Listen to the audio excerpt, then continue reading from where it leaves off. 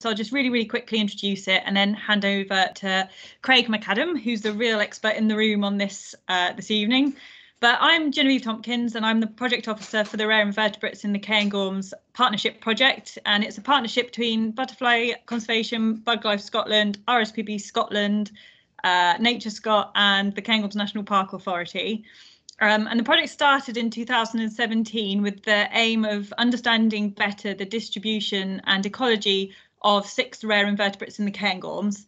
And this year we're bringing in an extra couple of species, which is the Northern February Red Stonefly and the Northern Damselfly. So, so the workshop this evening is just to give you all a better idea of the Northern February Red Stonefly and how to find it. And the hope is that then you'll all go out and find lots and lots of this rare invertebrate for us, and we'll have a much better understanding of where it is and what it needs, which would be brilliant. So if you want to contact me, there'll be contact information at the end of Craig's presentation. And I think best thing now is for me to just hand over to Craig. Okay, thanks, Genevieve. Okay, so I'm Craig Macadam. I'm Conservation Director with Buglife, but I also run the Stonefly recording scheme. And I'm just remembering how to share my screen with you. Okay, so hopefully you can see my slides now. Is that, can you? Yeah, I'm seeing nods. That's good. Okay, so yeah, tonight I'm going to talk to you about the Northern February Red Stonefly. I'm going to give you an introduction to what we know about it and what we don't know about it, and then show you what you can do to help us understand more about its distribution and to feed into the Cairngorms, the rare invertebrates in the Cairngorms project in particular. But first of all, a little bit about Buglife. Buglife's the only organisation in Europe concerned with the conservation of all invertebrates. So from mayflies to millipedes, stoneflies to starfish, we cover them all. Our aim is to halt invertebrate extinctions and to achieve sustainable populations of invertebrates in the UK. We do this through a whole range of activities, including inspiring others, by getting out there and showing them bugs and their habitats at first hand, by shaping policy and influencing decision makers to make the right choices to benefit bugs, by raising awareness of the importance of invertebrates and the challenges that face them, and finally by undertaking practical conservation work like this bog restoration project near Cumbernauld. So our story about the Northern February Red starts here at New Lanark on the River Clyde. And with this gentleman here, which is Edward Newman. He was an eminent English entomologist in 1838. He received specimens from the then owner of New Lanark Mills, Henry Walker. Henry Walker was interested in entomology, but obviously had the connections with Newman, so he was able to send specimens to him for his interest and his comment. And amongst the specimens that Henry Walker sent was an unusual stonefly, one that Newman hadn't seen before, and he described it, and he called it Nemura putata, which then eventually became Brachyptera putata. And he remarked at that time that this would form a genus of future workers, and which was correct. There's no records of it from New Lanark now, but if we move on a little into 1911, Kenneth Morton, pictured here, he collected many specimens of Brachyptera putata from the Clyde, and he was the first one to actually compare it with other Brachyptera and Taniopteryx at that time species in Europe, and he corresponded with various other people in Europe regarding this. And he decided that this was a species that was different to the rest, and that's how it's stayed since. Morton was a banking clerk from Carluke. He collected extensively along the Clyde and its tributaries, and he described 16 species of stoneflies from those waters. Quite a prodigious amount of work. But yeah, this is his collection here of some of the Brachyptera putata that he collected in the National Museums of Scotland collection. And one of the sites that he collected from was Thankerton on the River Clyde. He collected a lot of Brachyptera from here, And as we'll see later on, this looks absolutely perfect for that species. But we don't have any modern records from there. So whilst this is about the cairngorms, this talk is for the cairngorms, I would be really interested in any records from the Clyde as well. So this is the known distribution of Brachyptera putata. If you search on the NBN Atlas for the species, you get a lot of unverified and frankly spurious records from across England, which are probably relate to Rhabdiopteryx acuminata, a species that we don't get in Scotland. And that's a problem with the current key to stonefly larvae. But these records here have all been collected, and most of them have been identified and verified with the specimens. You can see the circle there shows the Clyde records from Newman's days and Morton's days. No modern records from the Clyde. There's a bunch of records down here in Wales, which are from the Usk and the Wye, and they're probably about 30 or 40 years old, and there's not been any new records there. And in fact, those are all adults, and we've never found a larva of Brachyptera putata in Wales, so we're not really sure if it still occurs there or not. But the remaining records up here, the remaining records of Brachyptera putata are all from the north of Scotland, so all from sort of north of Perth. And as we'll see, the cairngorms are a bit of a stronghold for this species. So a little bit on habitat and ecology. The larvae live for a year. There's one generation per year, and you typically find them in the rivers between October and April.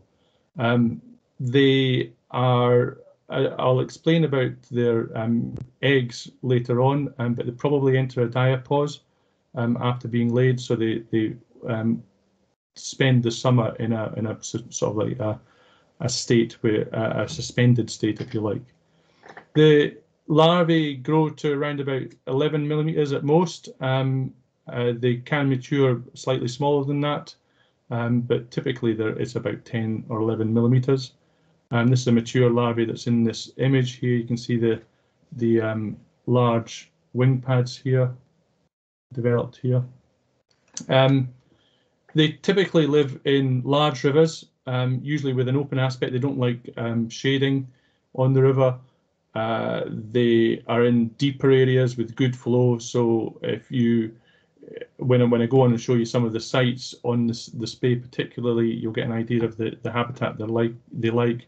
So they're not necessarily in that riffly sort of water that you get up in the top end of a river. They're more in the middle to lower reaches.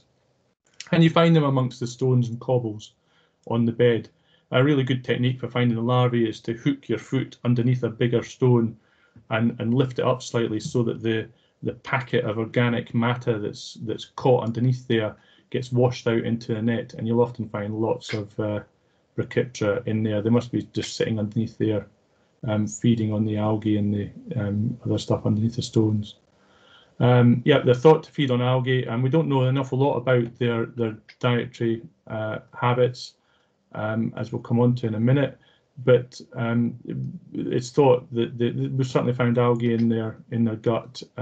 Mike Hammett did a study and found some algae in their gut 20, 30 years ago. They may occur with the other British Brachyptera species, Brachyptera risi.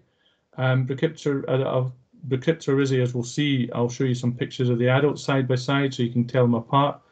They may occur with that in a river, but they tend to have different flight periods. There's a slight overlap between the two. The adults this is a female here. You can see it's a grey-brown colour. It's got relatively long wings. It's fully winged. Some species have short wings, and as we'll see, the male actually has foreshortened wings. The body length is about 8 to 10 millimeters, and there are no tails. In some stoneflies, you have tails. Others, you just have the vestigial sort of first couple of segments. This one is like that. As you can see there, it's got banded wings, which we'll see are important in the identification. and generally a grey-brown sort of colour. The male is a much redder colour. It's a reddish-brown, and it's slightly smaller, so it grows to about 9 millimeters. And you can see here that the wings are a bit foreshortened. They just come to the end of the body and no more. Sometimes they're actually a bit shorter than that as well. You can just see the tip of the abdomen underneath the wings in some cases. You see they've got quite long legs, and I'll explain a bit of the reason behind that in a minute. And long antennae, but no tails. The two British species, Brachyptera risi and Brachyptera putata, here are the adults of the two, and you can see that they're broadly similar. They've got barred wings and slightly curled. The wings are slightly curled around the body. The legs are reddish brown colour with a darker marking at the end of the femur, and in the tarsi are both darkened as well. The key things to look for in these adults to separate them are the antennae. In Brachyptera risi, the antennae are filiform, so they're straight-sided, and they're it's a parallel sides right the way along. Whereas in Brachyptera putata, they are maniliform, so they're in sort of like a series of small like beads in a necklace. And it's probably easier to see on a line drawing there. You can see the difference that they've got long and rectangular segments in Brachyptera risi, and these sort of like almost circular segments in Brachyptera putata. The other things to note are the markings on the wing. It's a bit difficult to see when they're folded up the wings. But in Brachyptera risi, there are two bands on the wing. They're almost in a circle. There's almost like a circular mark in the middle, pale mark in the middle. Whereas in putata, there's three bands, one there, and one there. And there's also in putata the tip of the wing is darkened, and that's really obvious in the females. It's not. There's nothing in risi. The males are not as easy to. Well, the males are relatively easy to separate from risi because male risi are fully winged, whereas putata have got shortened wings. But the key thing is the antennae. If you have a look at the antenna and it's got these sort of like string of beads type effect, then it's going to be putata, between these two anyway. If you want to have a look at the wing venation, the wing venation is slightly different as well. These are the wings of risi at the top and putata on the bottom. And the key thing is the cubital vein, which is this vein down the bottom here. In risi, you can see there's 3 branches to that vein, whereas in putata there's 4.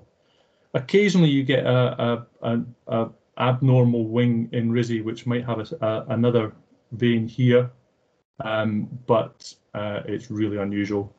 It's usually quite a good thing to separate there.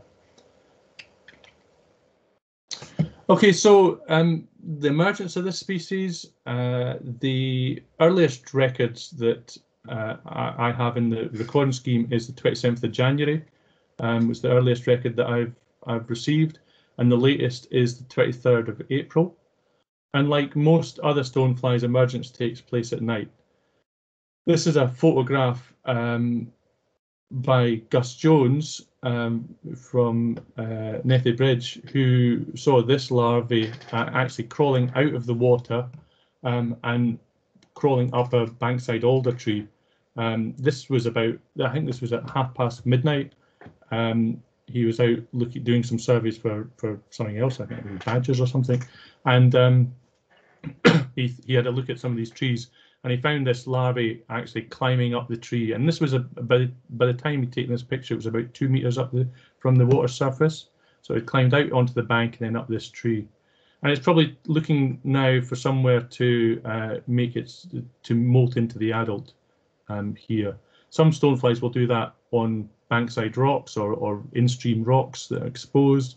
others will go for trees. And it's quite interesting that some of the earlier emerging species like Brachyptera putata and Pilodes mortoni seem to go for trees and other structures that are well out of the water rather than on bankside and in-stream rocks. And that's probably just because water level changes at this time of year could wipe them out if they were doing that, or they might not be able to find somewhere if they were just going for those places. Another typical place to find them emerging is on bridge abutments, or on other structures at the side of the river.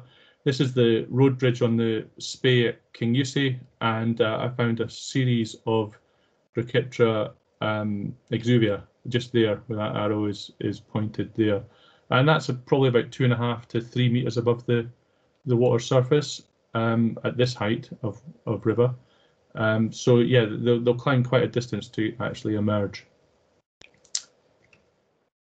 So if we look a little closer at the flight period, as I mentioned, we've got records from the 25th of January through to the 23rd of April, and you can find individuals all the way through that period. They're typically, though, it's usually from about the middle of February through to the middle of April, with a peak round about the middle of March. The lower graphs are actually from a study that was done at Mar Lodge about 10 years ago with a Malaise trap, so we could get some really good information on the flight periods and how it related to Brachyptera risi. And so the bottom, this was between March and May. At Mar Lodge, we ran this Malaise trap. David Price ran the Malaise trap and identified the specimens. And you can see that there's a slight overlap between the flight period of Brachyptera putata and Brachyptera risi. What was really interesting, though, was when we looked at the males and females of putata, and we found that the peak emergence of males was occurring approximately 1 week before the peak for females. And that's really common in stoneflies. This form of protandry is well known in stoneflies. My dog has just gone off on one about something. It's well known in stoneflies and occurs in many species that the males will emerge a week, maybe a week and a half earlier than the females. When they emerge, sometimes it goes a bit wrong. And we've noticed a number of individuals with these crumpled wings. We're not really sure why this is happening. This does occur in other species as well. We think it's perhaps something to do with a rapid change in temperature just before the insects are about to emerge. We don't think it's low temperatures particularly, because we see this in the summer as well, but we think that it might be something to do with rapid change in temperature. It could also be something infecting the insect. Some bacteria do cause issues with wings as well, but it's something to keep an eye out for when you're actually looking for these species as well. Otherwise, the females appear to be able to fly fairly well. I've certainly seen them flying, but we've yet to witness a male flying, and we've tried to coax them into flying, but they just refuse to fly. That said, we have found them quite far from the river, so they're either walking a long distance or they're able to fly very short distances, over vegetation and things. But we've found them 150 meters from the river, so they must be able to move around a bit. Once they've emerged, they need to mate. So most stoneflies communicate with between the sexes using drumming, where they strike the abdomen repeatedly on the substrate on the surface of vegetation or bankside structure or whatever, to create vibrations, which the female then feels and hears and replies to. We've not witnessed this in Brachyptera putata yet, but we've not tried to study it yet. So it's probably likely that they do the same sort of thing. And once they've found a mate, the insects couple up like this, with the smaller male on the top and the female below. They'll remain coupled for quite some time. We've got some video footage here from the spay of these two individuals mating here, and you see that it's pretty. They're fairly still, although the male does this crazy thing with its antennae, where it's flapping them about. Don't know if it's trying to placate the female, or if it's trying to tell her something, or what. But it gets quite agitated with its antennae. You see again on this one here, it's flapping them around, obviously trying to pass on some sort of message. Need a steadier hand doing this as well. Once they're mated, the female creates a small ball of eggs under its abdomen. We think she'll probably then fly back to the river to drop these into the water whilst in flight, but we've not witnessed that yet. Based on similar species, it's probable that she'll do this up to 4 times and lay up to about 1,400, 1,500 eggs. And again, we think the eggs probably have a fairly long incubation period, because after the adult has been, after the adult flight period, we don't see the larvae until October. They probably hatch in September, but live deep in the gravel for a month or so until they're big enough to come out onto the surface and to be found in our nets. So they probably enter a diapause over the summer, and that's again fairly typical with many stonefly species, particularly the early season ones, because they like cool conditions, and if they were active as a nymph, a larvae through the summer, it would probably be too warm for them. So where to look for them? Well, these are the current records in the park, and you can see that they mostly focus on the spay and the D. A lot of these records are quite old. We've got modern records on the spay, because we've been doing quite a lot of work on the spay over the last couple of years or so. Less so on the D, and I'm a bit concerned that about what might have happened with the big floods that we had on the D in Storm Frank and subsequently. There are no records at all for the Angus rivers, the South Esk or the North Esk. None in the park on the Don, but there are further downstream near Dice. There's records from the Don. The Avon there in the middle at the top, we've not had any records from either, but you know there's bits of the Avon that look good for this species. And then on the Tay system, there's a single old record from the Gary near Blair Athol, just downstream of the confluence with the Tilt. So that potentially it might be in about there as well. It's pretty well distributed in the spay and the historical records are in the spay and the D. There's records right the way up the spay certainly, and we've recorded it in most of the river from sort of Lagan and Newton Moor downstream. Not so much in the upper stretches. It would be interesting to find out more about what's happening up there, because that's typically where you would find Brachyptera risi, but whether Brachyptera putata is also there as well. Certainly they do coexist at Newton Moor. I found them both there together. So when you get to the river, where should you look? Well, this is the river spay at Granton. So Brachyptera putata is found here. And if you look at this site here, this bit here is probably too shaded. They like nice open aspect with lots of sunlight on them. So this is just right, and actually just off to the right of this photo was where we found them on some wooden structure like that in that picture, just off to the right of this photo. Same sort of idea here at Boat of Garton, further upstream, and you wouldn't bother looking here because it's much too shaded. This bit here is probably too overgrown to find them, but they may be there.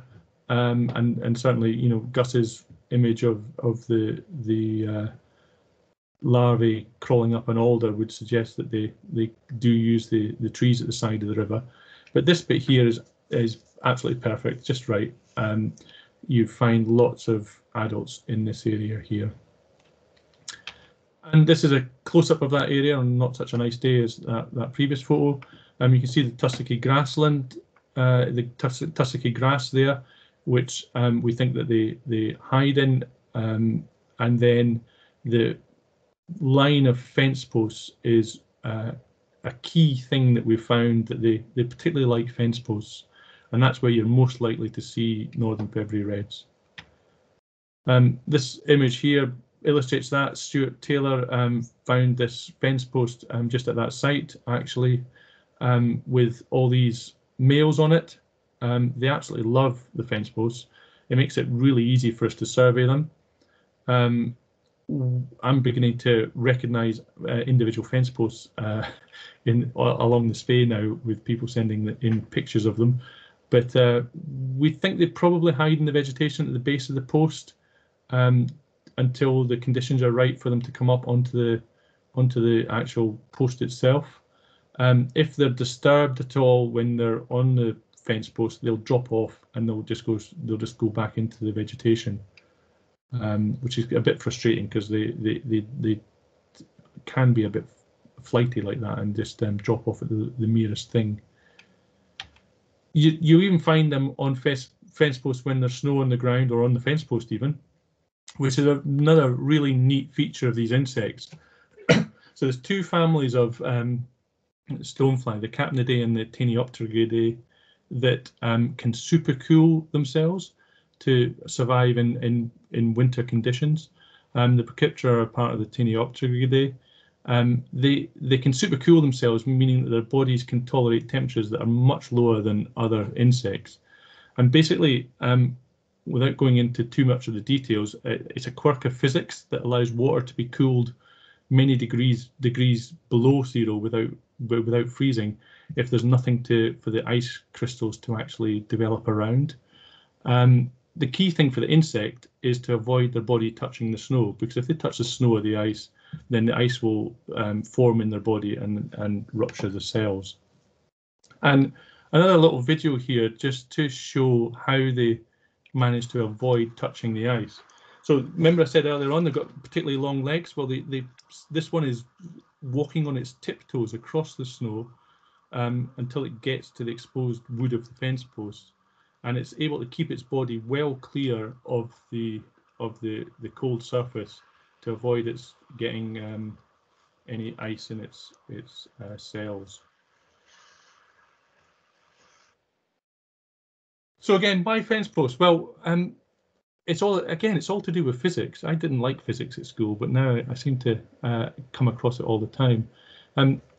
Here are 3 fence posts, and I'm going to show you them at 3 different points in the spring. At the start of February, the sun is low in the sky and has very little energy in it. The ambient temperature is about 3 degrees, but the face of the fence post, which is in direct sunlight, can be up to 22 degrees. And this is from a study in Norway, where they looked at why species in this family of stoneflies were using fence posts. If we move on to the end of March, the sun is higher in the sky and stronger, and the ambient temperature is 8.1 degrees. And again, the surface that's in direct sunlight and the top of the fence post is significantly warmer than that, at 18 to 20 degrees. And then by the middle of April, when the sun's high in the sky and it's a lot warmer more generally, the surface of these fence posts can be, up to 35 degrees. So it's clear that these insects are actually using them to gain the energy that they need to actually go on and feed and mate. And again, an observation by Stuart Taylor this time of male February Reds on fence posts. And this is an individual here feeding away on the top of the fence posts, and it's possible that's another reason why they like these surfaces, a nice, easy, readily available source of food. What we'd like to do is to have a look at the gut contents to see what exactly it's getting out of this, but they're probably harvesting fungal spores and hyphae from within the wood. What are we asking you to do? Well, we'd like you to get involved with our survey to find the Northern February Red. It's dead simple. We want you to go out and find some fence posts alongside a river anytime through in its flight period, any time at all actually, to see if they've got any stoneflies on them. Take a picture of the stonefly on the post and then just send it into Buglife Scotland. And I'll give you the email address at the end. It's up there, but I can give it again at the end. And all we need is your name, the date the photograph was taken, the river it was alongside, and the location, a grid reference if possible. And we'll receive that by email, or you can also tweet us at Buglife Scotland Twitter account. Don't worry if you don't know if it is a Northern February Red or not. We'll accept any pictures of stoneflies and we'll try and ID them for you. Also, for anybody that's not in the cairngorms, I'd be quite happy to have a look at any pictures of stoneflies that you get next to the river, particularly from the Clyde and from Wales as well. That would be really good if we get any records of anything from those sites. But you know we any records of stoneflies, we can give you an ID on them. This current survey in the park, so here we see the records again, and we'd like to focus away from the main part of the Spey, because we've done a lot of survey work there over the last few years, and that's where most of the records have come in from. I would be particularly interested in any of the other rivers, particularly the Dee, but also to try and get some records on the other rivers in the park, see if we can see if the species is there. On the Esks, I think the Don in the park is probably not suitable, but it'll be worth a look if there's any sites that might be suitable. The bottom end of the Avon Anne might be okay, and then a little bit more about the upper Spey up towards Garva, from Lagan to Garva, to see if to see what's up there, whether it's the Brachyptera, Rizzi, or putata. And like I said, you know, if you're not in the cairngorms, then really like records from the Clyde if possible, or from the Wye and Usk, but anywhere else as well. If you see a stonefly that you think might be one of these species, let us know. And of course, when you're doing this, make sure you're complying with any local COVID restrictions, but it's a great thing to do as part of your daily exercise. Go for a walk along the river and see what you can find. Just to finish off, I'd like to thank Genevieve from Rare Invertebrates and the Cairngorms for suggesting this talk, and for her help with it. Also to thank Gus Jones and Stuart Taylor for the use of their photos. And finally, thank you all for attending, and I'm really looking forward to seeing all these stonefly records coming in.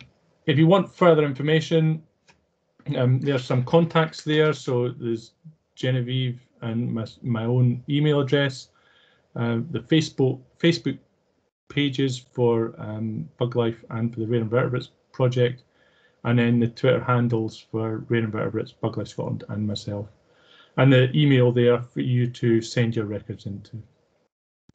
I'll leave it there. There's plenty of time for questions if people have got questions, and I don't know if Genevieve wants to say a little bit more about the survey that she's wanting to do. Thank you. I mainly want to say that the video of it walking over the snow was possibly the cutest thing I've seen all year. It was very cute. So if anyone gets to see that, if we get some more snow, that'd be great to see.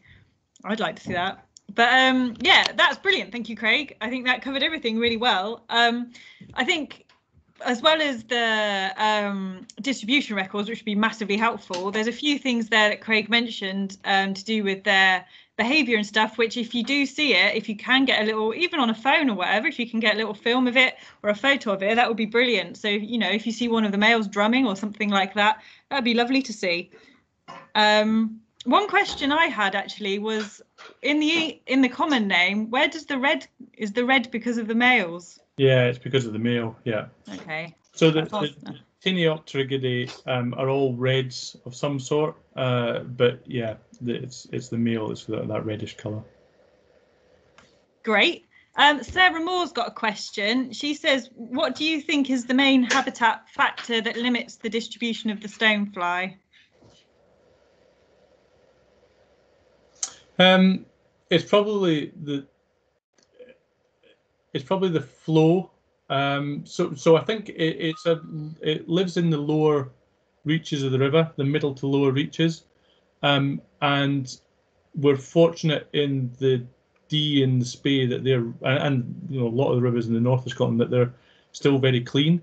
I think that it'd be wonderful to think that it was still in the Clyde, but I wonder if, pollution over the years may have done for it. But I also think, the times that that the larvae are there between October and February, March is probably when people aren't out there looking for them. So they may actually still be hanging on in there, just unseen. That's great. I think that really reflects, and I think probably the next question as well, Will, how important it is for us to do this sort of thing, because without a decent amount of data on these species, it's so difficult to interpret what you've got, isn't it? And to really draw much of a conclusion from that. So the last national survey was done in the 1990s. Late 1990s, early 2000s. But that's 20 years ago, and it kind of scares me that it's 20 years ago. But we don't know what the distribution of this species is, other than those records that were made 20 years ago. So the information that we get from this sort of survey, where people are sending in them, it has been absolutely amazing. The last couple of years we've run this, and we've had records from the north of Scotland, one or two on rivers that we didn't know it was on. Others that we did know it was on, but it was good to reconfirm that it was still there. Yes, so it really is critical that we can get a survey done like this.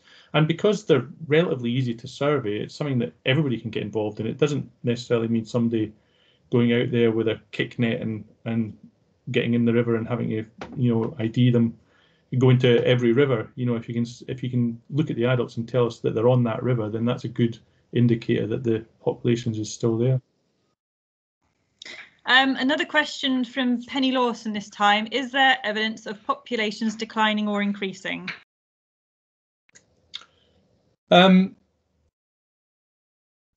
So that's difficult to answer, really, because the last major survey was 20 years ago. So we really need to do a survey to find out what's going on with their occupancy, what their distribution is. But abundance-wise, they're probably all right. Certainly in the Spey, I've been sampling the Spey for this species for 10 years now, and I'm still getting the same sort of numbers. I know where to go to find them, I suppose, is one thing. The Dee, I'm really worried about the Dee, because I've not seen many records from the Dee, and where I've sampled, I've not found them. The Don, the bottom end of the Don outside the park, again, see them fairly regularly, but not in recent years. I've not had many records. So yeah, possibly there's a decline. It's really difficult to tell without actually a lot more survey effort. Thank you. Megan says, have they been impacted, or will they be impacted by climate change? Possibly not as much as some other species, because they're in the lower parts of the river. I think the species that are going to be more impacted by climate change are going to be the ones that are in the headwaters and higher altitudes, because that's where a change in temperature would make a bigger difference. By the time you get down to the middle to lower reaches of the river, the temperature is going to be higher anyway. So I don't know. It would be good to do some. One of the frustrations of this being an endemic species, a species that's found nowhere else in the world, is that nobody else is working on it. So you can't draw upon a paper that's in Europe or wherever, in Norway or wherever, that somebody's looked at this species. So everything that we know about it has been learnt by looking at the ones in Scotland, and there's not enough hours in the week or in the year to actually learn all this. I mean, and the last 2 years has been a bit of a write-off because not being able to do some of the work that we've wanted to do. We've been trying to develop. We've been trying to do the drumming to find out if they drum. Not being able to collect specimens because I'm in the Central Belt and they're up in the Cairngorms. And we're also trying to develop an eDNA technique for monitoring as well, so we can go very quickly sample a river to find out what's in it. But we've not been able to develop that either. So yeah. Ross and Xander Johnson noticed that there was a gap in records near Aviemore on the Spey, and they were wondering if it's because the habitat's not suitable or it's under-recorded there or what. I'll need to just double check my map. The habitat's probably suitable. It's probably just under-recorded. There's I'm trying to think. Yeah, it's probably just under-recorded. I mean, it would be really good to get some more records from there. There's been some records from the other side of the Spey, from Aviemore and Camusmore. There was some records in there relatively recently, I think. They might not be on that map yet, actually. But yeah, no, that's the. It would be good to get records from there, but like I say, we know the distribution fairly well in the Spey, so if we can get records from other rivers, that would be really good. Sarah Moore says, are they only ever in main stem rivers, or is that also an artifact of distribution of surveyors? So that's a really good question, and one that we answered a couple of years ago, because that's what I wondered as well, if we were just seeing the bits that people sampled. And we did a survey with S&H at the time, as they were, and the Cairngorms National Park, and funded a survey to look at the tributaries. And partly that was because a lot of the tributaries had been earmarked for hydro schemes, and we wanted to see if the species was in there and if it might be impacted. But partly also to find out what its micro distribution was in the park. And we sampled a whole load of tributaries on the Spey and the Dee, and we didn't find it in any of them. We only found it in the main stem of the Spey in that survey. We didn't actually sample the Dee. That was meant to be done this last year as well. All these things that have been not done because of COVID. Mike Butler says, is there a potential for translocation to rivers that are suitable habitat, or is it not needed or possible? I don't think it's under any threat in Scotland. I think it's quite widespread still. I think we'll keep an eye on that, but I don't think that there's any need for that at the moment.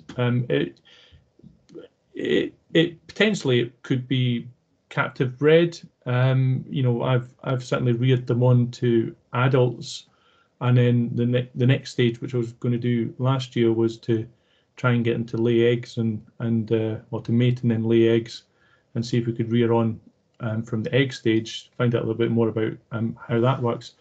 But I don't think it's needed at the moment. But it's certainly something that if we can gather the information that we would need to do that in the future, that would be useful. The ecological information would be useful. Mark T's asking if negative records would be helpful. I certainly am very interested in negative records from the Cairngorms National Park. And actually, if you do go looking in the Cairngorms, then it'd be great, as well as sending in records to Buglife, if you could also send them to me. Yeah, definitely, I would be interested in negative records. I don't know if you are too, Craig. Yeah, so it's a really good point that, you know, if you've gone out and you've walked the length of the river and you've not seen any stoneflies or any of this stonefly, then that's useful to know as well, to know that you've actually looked. I'd see the rest. The question is, are there any no-go weather conditions? There's lots of no-go weather conditions, isn't there? I think if it's been a sunny day, a bit like today, you know, it's sunny, a little bit of warmth, and you're looking at fence posts with that are in full sunlight and you're not seeing anything, then that's a negative record. If it was chucking it down and cold and you're not seeing any stoneflies on fence posts, then that might be a less reliable negative record. Is it possible, Becky Osborne says, to identify them from exuviae? Yep, absolutely. The key thing to do, though, to remember when you're identifying stoneflies from exuvia, or anything from exuvia, is that not to use the adult key, but to use the larval key, because it's actually the larval skin that you're looking at, not the adult. And I have had people who have struggled to identify things, and it's because they're looking at the wrong key. But yeah, you can do it. It's dead simple. All the features will be there on the exuvia. We don't use the back of the thorax as an identification feature, so that's the only bit that's really damaged. Judith Cox says, do they extend down to the tidal areas of rivers? So they definitely extend down to above the tidal limit. I've had them on the Don down at Dice, and further down, I can't remember what the old mill is down there, just further down from Dice, but yeah, that's just above the tidal limit. So yeah, they do go all the way down. I think there's records from the Spey right downstream as well. I'm not sure about the D. I don't know where the lowest record is on the D, but yeah. Are all known records on the NBN Atlas? Sarah Moore asks. So all known and unknown records are on the NBN Atlas. So as I showed you on that map at the start, there are a lot of records that probably aren't Brachyptera putata on there that are marked as Brachyptera putata. Your best bet is to use the recording scheme dataset on the NBN Atlas, which shows you a clearer view of that, or to just have a look at that map that I showed earlier on. And the other thing is that there will be some records, the most recent records will be on iRecord, and they get transferred across the NBN Atlas every so often in the year. So you should probably check on there as well. That will give you the records from previous years of this survey. Great. Becky Osborne says, could chemical treatment on fence posts affect them? Yeah, almost certainly it would. And again, we don't know enough about their diet and what they're actually feeding on to know what their what that might do to them. But almost certainly, I would think chemical treatment of fence posts. It'd be quite interesting to see if they favour older fence posts to the newer ones, but the ones at Botogarten are fairly new. They'll weather quite quickly, I would think. I assume there'd be less food on the treated. Yeah. For food as well. Yeah. Richard Wood says he's found stoneflies on the Dee at Garthy in Aberdeen. Get some photos, Richard. That would be the greatest thing. Yeah. And then we can see if it's that, because that would be brilliant. I've definitely found stoneflies right down the Dee, but I can't think if I've seen Northern February Reds. Yeah, go get some photos and we'll take a look. That's all the questions for now. I'd just like to say hello to any volunteers here from Cairngorms Connect and do a shout out for Cairngorms Connect as well, because they've supported this talk this evening. And yeah, just basically go out and look for them. It's a nice sunny day. It's a nice thing to do when you're on a walk by the river, and get in touch with me and Craig with your photos and whatever, or your negative records. That would be brilliant. But I don't know if you've got anything more to add to that, Craig, or we're more or less done there.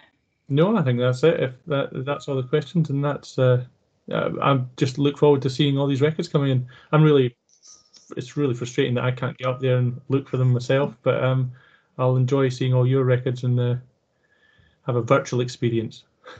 Definitely. Someone's just asked if they're likely to find stoneflies further down the east coast there as well. Well, so I think there's bits of the North Esk and the South Esk that look okay in Angus, even down to the bottom end of the rivers. Particularly the North Esk, I think would be pretty good for them, but I don't think there's any records from there. So yeah, it'd be good to have a look there as well. Further down the coast, maybe in the Tay. I don't know what it is. Well, maybe, I don't know. Yeah.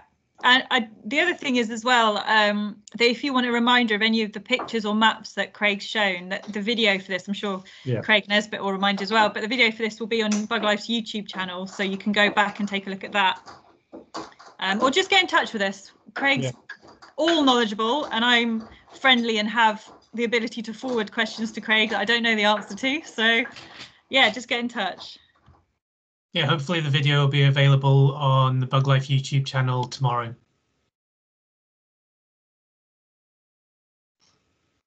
Brilliant. Well, thank you very much, everybody, for coming. And I really hope that you managed to find some of these. It would be excellent if we could fill in a lot of those gaps on those rivers for this species.